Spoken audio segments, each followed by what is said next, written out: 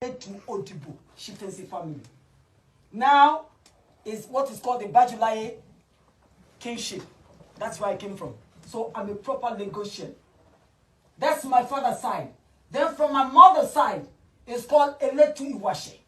Because we all need to know our history so that these non-entities, these imbeciles, these moronic, nomadic, idiotic, useless human beings will not come into our land and start to dictate. And just in case any one of you may not know, the Fulanis are less than 10%, even 1% of who we are in Nigeria. They are less than 3 million. And population is telling us we are 200. In other words, the Fulanis, this egregious hegemony of the Fulani people are less than 1% in our country. And these idiotic people, with the help of the British, Britain, if you're hearing me, you are put on notice. You are not going to get away with it. You have gone a long time. And your useless contraption called amalgamation of 1914 is already null and void.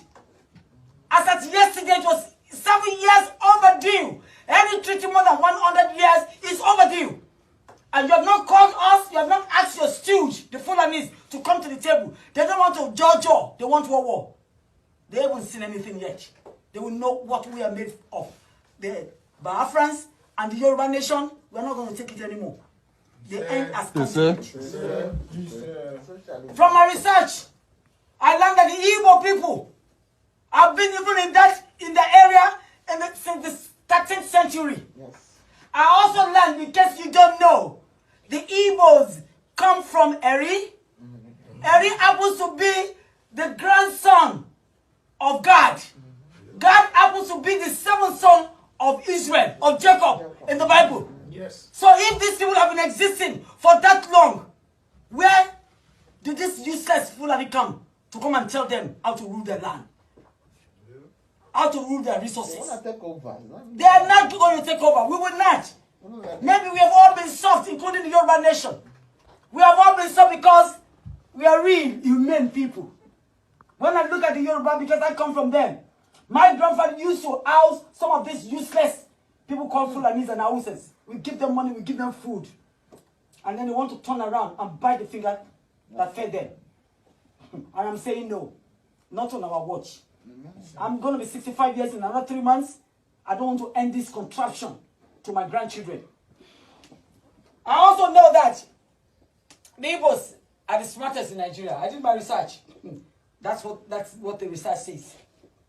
And if they have been that long managing their resources, enterprising, nobody should dictate to them in the 21st century how to run their life. Now to come to the Yoruba people. I know my people are educated. They are sophisticated. They are very cultured.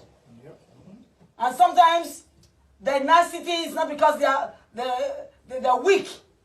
But when you are a human being, you want to treat, that's what the Bible tells us. That's what Jesus said. He said, love the Lord thy God with all your heart, with all your soul, with all your mind, and with all your strength. And then they asked him, what is the next commandment? He said, love your neighbor as yourself. The Yorubas have been too accommodating. They allow foreigners everywhere to come because they believe what is good for me should also be good for for people around me. And they allow them to come. But it's a shame that right now, the Yorubas don't even have a nation. They don't have themselves. The Fulanis have override everything that they are doing. Why are we exiting? Why is there going to be a Yoruba nation exiting? Right now, as you are speaking, a master's degree holder as a Yoruba does not have a job in Nigeria. But an Hausa, a Fulani man who went to ordinary high school or elementary school or primary 2 is now a commissioner, is now a director. How? I don't know if every one of you have read George Orwell, 1984. Animal Farm. Where Animal Farm. Animals are dictating to human beings. That is what we have right now in that contraption called Nigeria. And the so-called 1914 amalgamation, which Lord Lugard, in his impunity, had to tell the Northern Protectorate, which consists of the houses, and the Southern Protectorate, which consists of the Southeast, the Southwest, the South-South, and the Middle Belt. They call us petroleum. Meanwhile, we have been doing our own thing, having our own governance, ruling our own people, issuing orders, enterprises, and we are rich. We all know about Oferami of Bini. The kingdom is extremely rich. They have been doing transactions with these British people because they have the insanity to come to Nigeria, to so-called Nigeria, and name our individual nations.